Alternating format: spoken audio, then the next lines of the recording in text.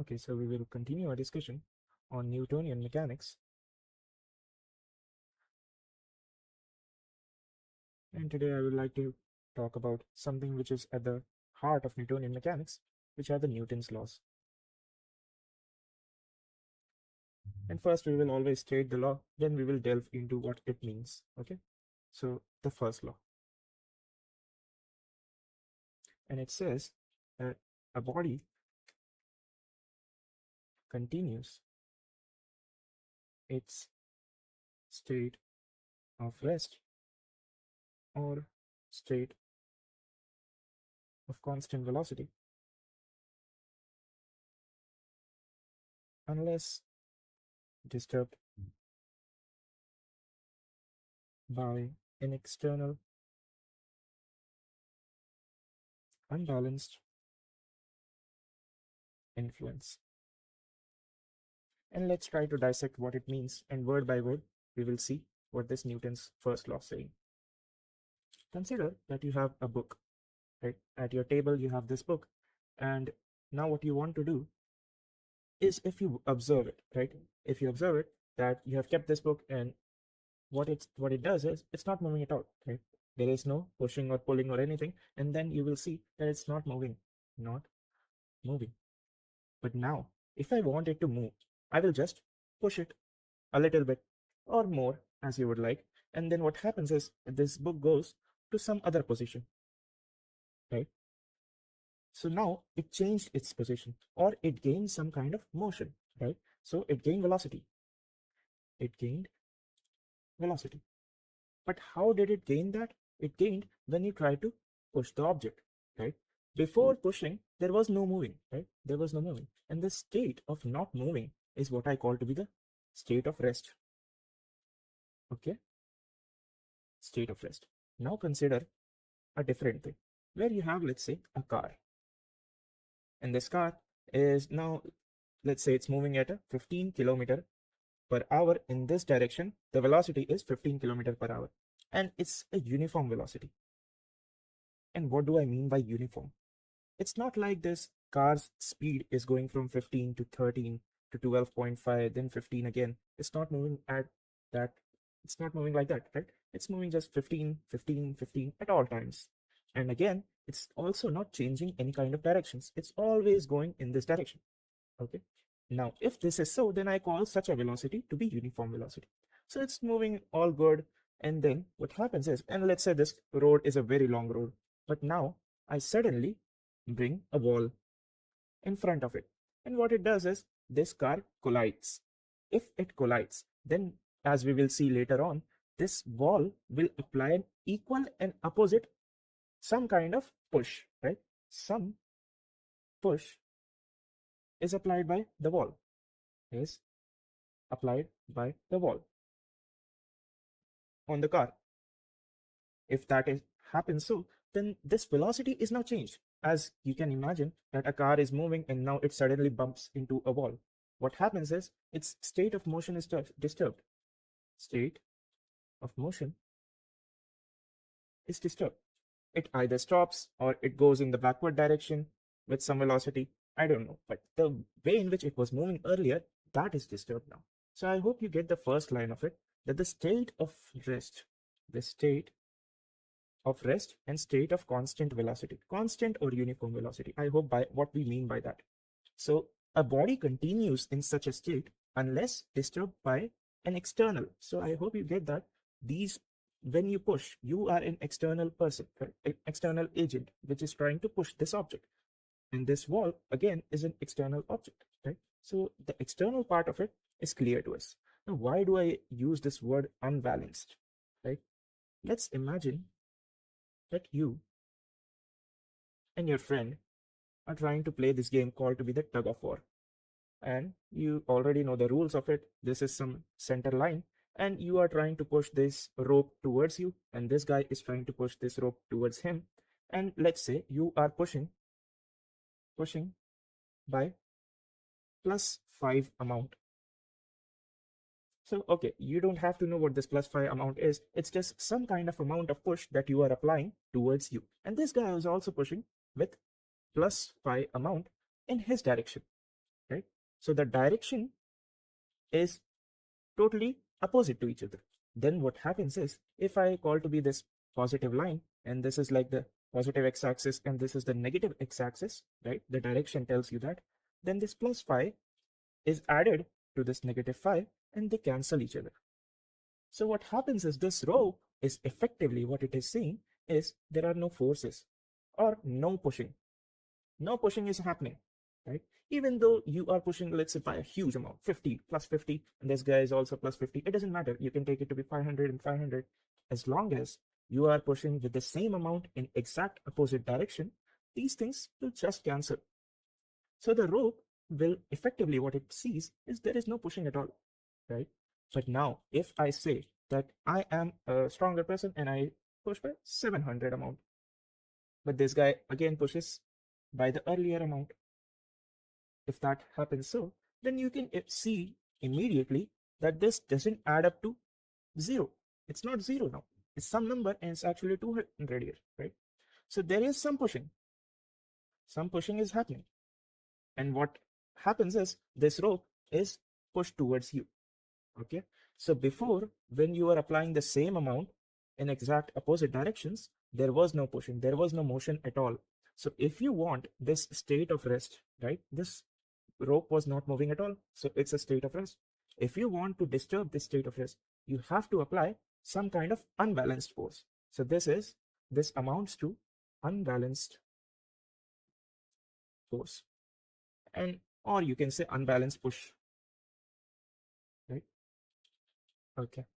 So we will define what force is qualitatively as well as quantitatively, but I'm refraining myself from that word for now. Let's see what are the some of the definitions that we find from the first law, right? And right away, I'd like to introduce the idea of inertia.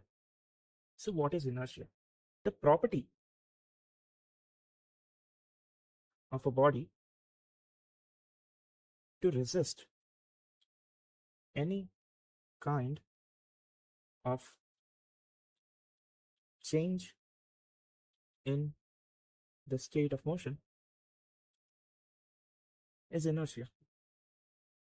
This property, right? Let's say you have a huge rock, right? There is this rock and you want to push, right? You want to push in this direction, but you find that you can't easily push it, right? You have to apply some amount of force. Some amount of force or push has to be applied before it moves, right?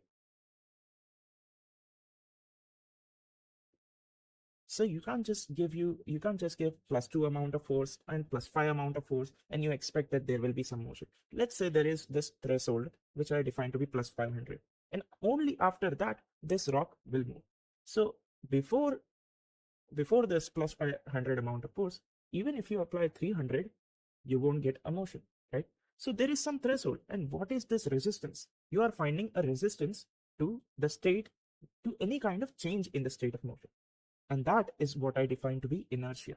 Okay. And that you can directly see that is intimately connected to the idea of mass. So more the mass, more the heavy object, more the heavy object, more will be inertia, right? So Newton's first law is defining inertia for you. It's telling that if you have some kind of object, then it will always try to resist any change in its state of motion, right? Only if you give some kind of unbalanced force, only then there will be motion. So inertia is defined from the first law. Also, I would like to qualitatively define the idea of force. What is force now? And force I define as an influence under which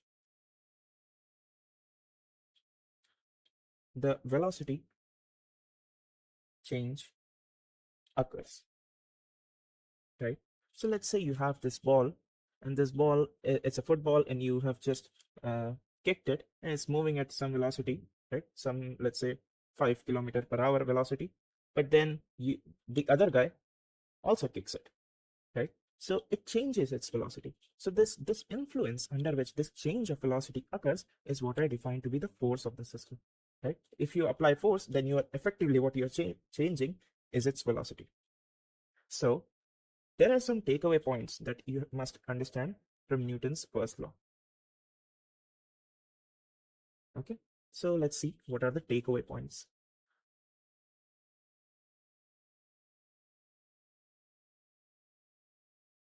And the takeaway points are Newton's first law defines inertia, and we will come back to it later on, but I'm saying now inertia and inertial frames of reference.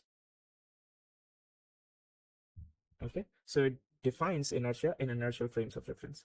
It gives a qualitative idea of force and mass. So it doesn't quantitatively define what force is, how much force is applied, how much force is needed for certain motion to occur. It just tells you that certain amount of force is needed. I don't know how much, but this quantity is needed, and that quantity is defined to be something which causes a change in the velocity of this system. And mass is defined to be something which resists any kind of change in the motion. So it is intimately connected to the idea of inertia. Okay, so these are the takeaway points of Newton's first law. So now let's come back to the second law. The second law, also called to be the law of force. Okay, and what it states that the time rate of change of momentum is directly proportional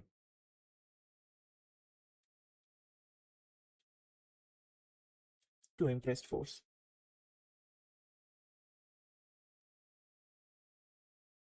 Okay, and right away I would like to introduce what this quantity called to be the momentum is. So let's see momentum. And the way I like to think about momentum is inertia in motion. So we said that inertia is something which is intimately connected to the mass of the system. Let's call this mass to be m.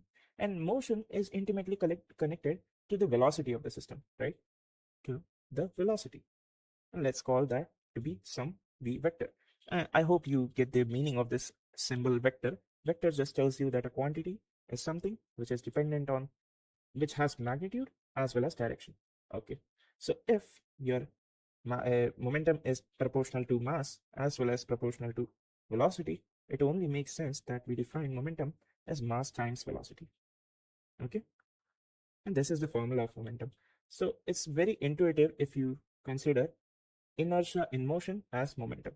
So let's say if in the earlier example where we had to give some kind of force before the motion occurs for a rock, let's say a rock is now moving.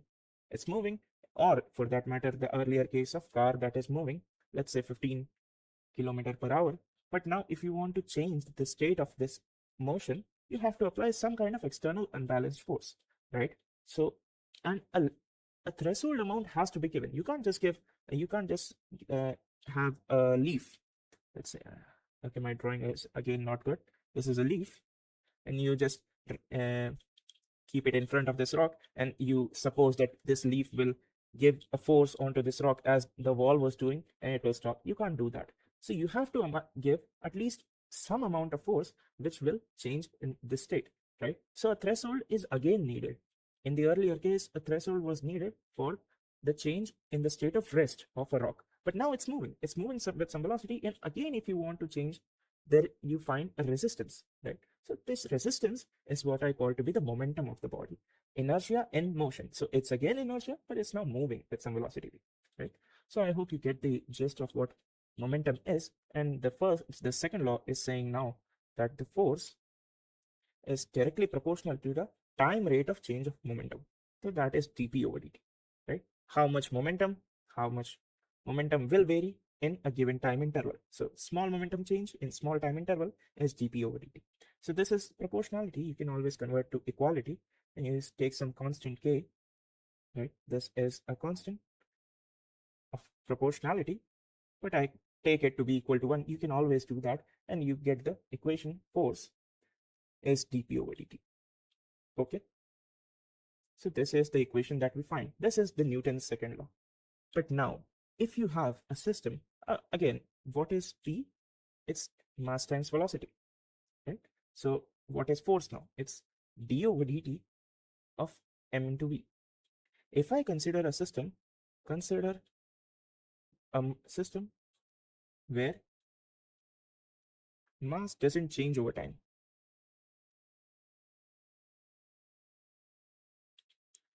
That is, if your motion is occurring, this mass, this quantity, although we have not still defined quantitatively what this mass is, it's something, but it's a quantity, right, which is connected to the inertia of the system.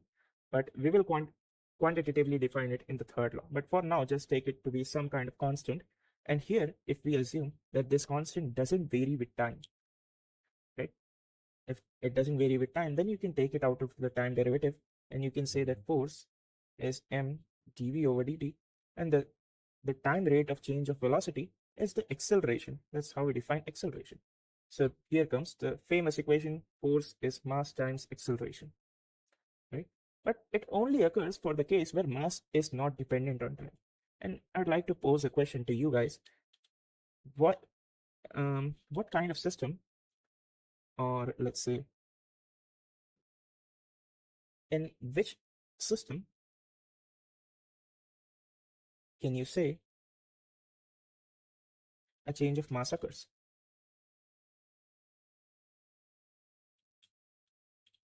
With time. And whatever your answer will be, I'd like to give it in the comment box. Okay, so with that in mind, force is mass times acceleration. And what Newton did with his second law is, let's write the takeaway points. The takeaway points.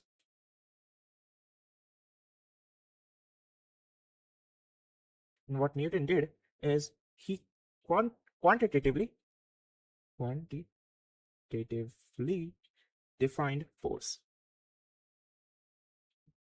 right, with the second law. So now you know whatever the mass of the body is and whatever its acceleration, now you know how much amount of the force is given or taken and how much amount of force is applied to the body. So you can give a amount with the force, and you have an equation. You have this equation: force is mass times acceleration, and from that you can compute the force. So it gives you a quantitative explanation of what force is, right? And another thing is, if you take the case where acceleration or where force applied is zero. Yes, if force applied is zero, that means that mass times acceleration is zero. And if I say that the mass is not zero, then acceleration has to be zero, right? If acceleration is zero, that means that dv over dt is zero, and that means that no change in velocity over time. So velocity is either uniform or zero velocity, right? And what is the state of zero velocity? It's rest, no moving, right? So if there are no forces applied on the system, there is no change in the velocity, which is what we have found from the Newton's first law. So Newton's second law not only gives you the idea what quantitatively what force is, it also in essence is related to the first law. Okay. Okay. So now let's discuss the idea of Newton's third law. Probably the most misunderstood law of all, Newton's third law, also called to be the action-reaction law. Law of action and reaction, right? Okay. And what it states is, for every action, there is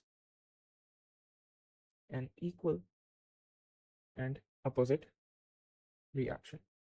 And I'm not stating the strong form of the third law. I'm just giving you the basic idea of this what this third law is saying.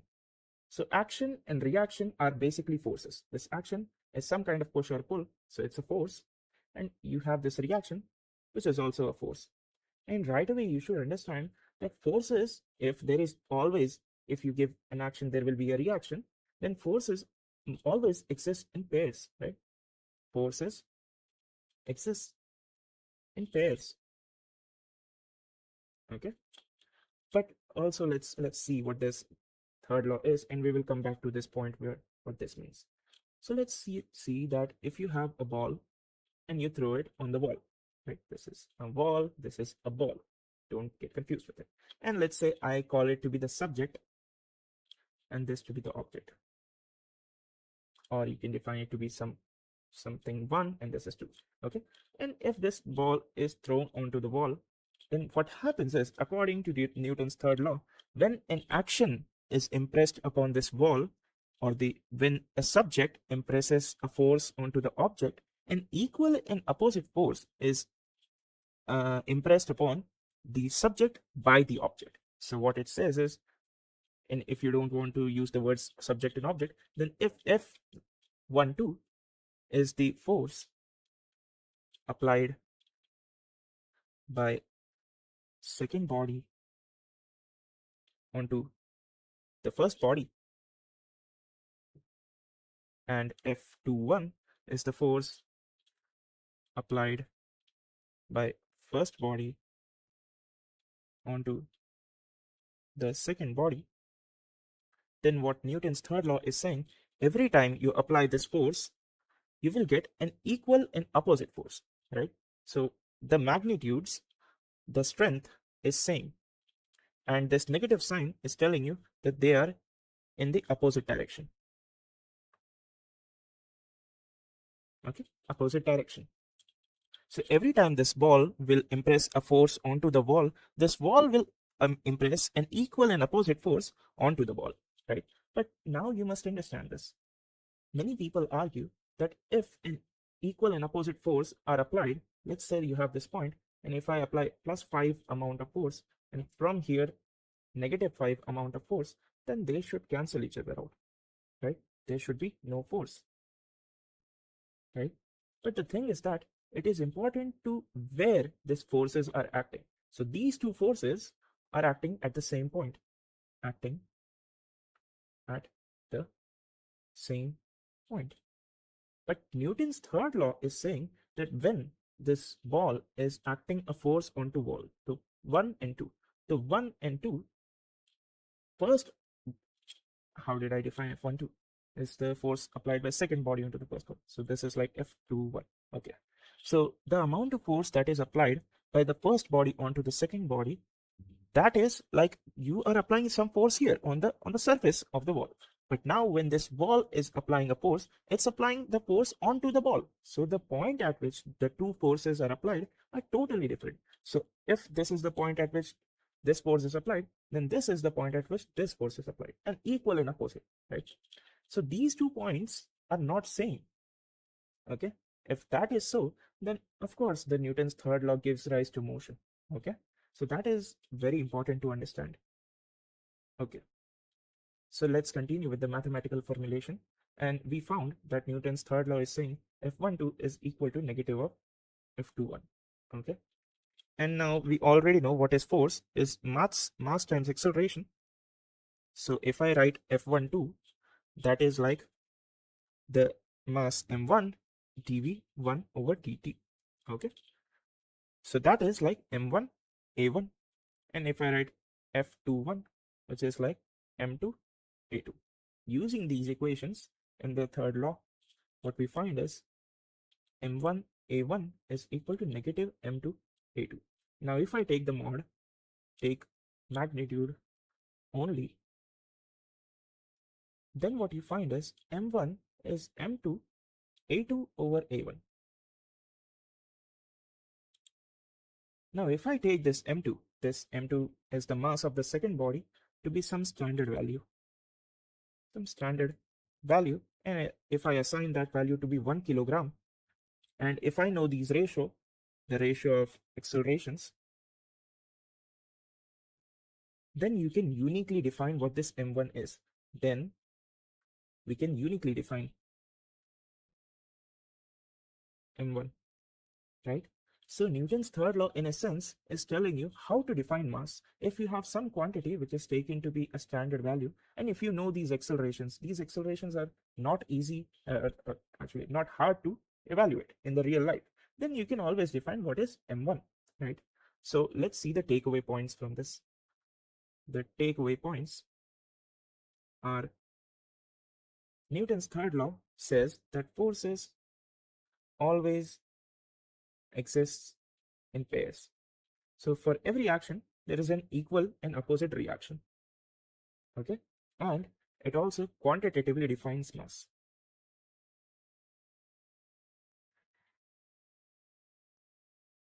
So these are the three Newtonian laws and some things which are important to find from the Newton's laws, right? So the first law tells you a qualitative description of what force is, what mass is. It gives you the idea of inertia. The second law tells you quantitatively how to calculate force, how much force is needed to do something, and it also gives you the idea of momentum. And the third law tells you how to quantitatively define mass. And it also tells you that forces always comes in pairs. Okay. And we will come back to the idea of inertial frame of reference. That will be our next video. I hope you like all of this and you stay tuned. Thank you.